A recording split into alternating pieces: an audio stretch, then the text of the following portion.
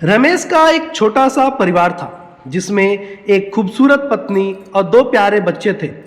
उसकी पत्नी और बच्चे हर हाल में खुश थे, लेकिन रमेश उन्हें जिंदगी के सारे ऐशो आराम देना चाहता था और इसके लिए वो प्रतिदिन 16 घंटे से भी अधिक काम किया करता था।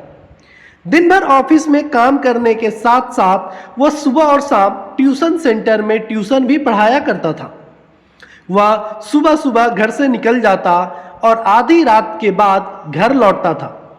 बच्चों के लिए उसका चेहरा देखना मुहाल था, क्योंकि सुबह सवेरे उसके घर से निकलते समय बच्चे सोते रहते और देर रात घर में कदम रखने के पहले ही सो चुके होते।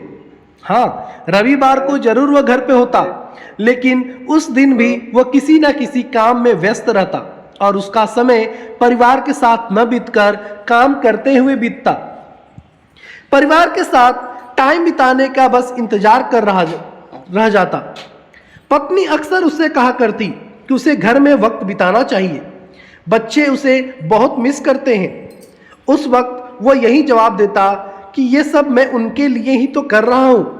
बढ़ते घरेलू खर्च और स्कूल खर्च के लिए मेरा ज़्यादा काम करना जरूरी है। मैं उन्हें एक अच्छी जिंदगी देना चाहता हूँ।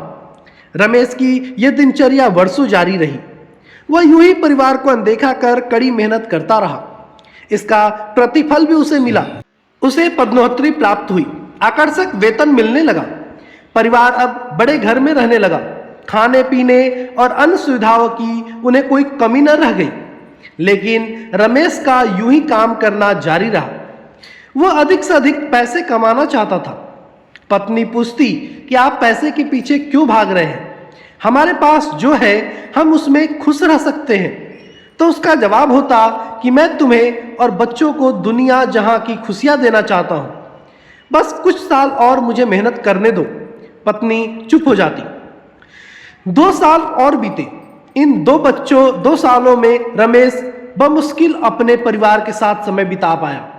बच्चे अपने पिता को देखने, उससे बातें करने तरस गए। इस बीच एक दिन रमेश की किस्मत खुल गई। उसके दोस्त ने उसे अपने व्यवसाय में हिस्सेदारी की पेशकश की और इस तरह रमेश एक व्यवसायी बन गया। व्यवसाय अच्छा निकला और रमेश को पैसे की कोई कमी नहीं रह गई। उसका परिवार अब शहर के सबसे अमीर परिवारों में से एक था। उसके पास सभी सुख सुविधाएं और विलासिता थी, लेकिन अपने बच्चों से मिलने का समय उसके पास अब भी नहीं था।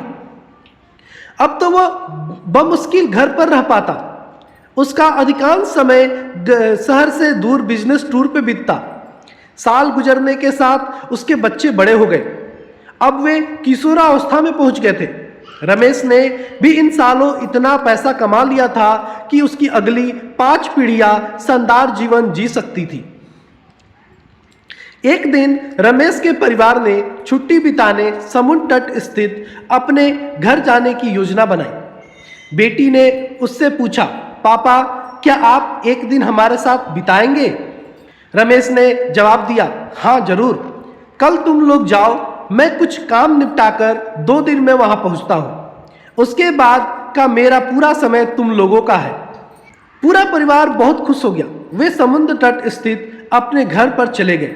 2 दिन बाद रमेश वहां पहुंचा, लेकिन उस दिन उसके साथ समय बिताने वाला कोई नहीं था।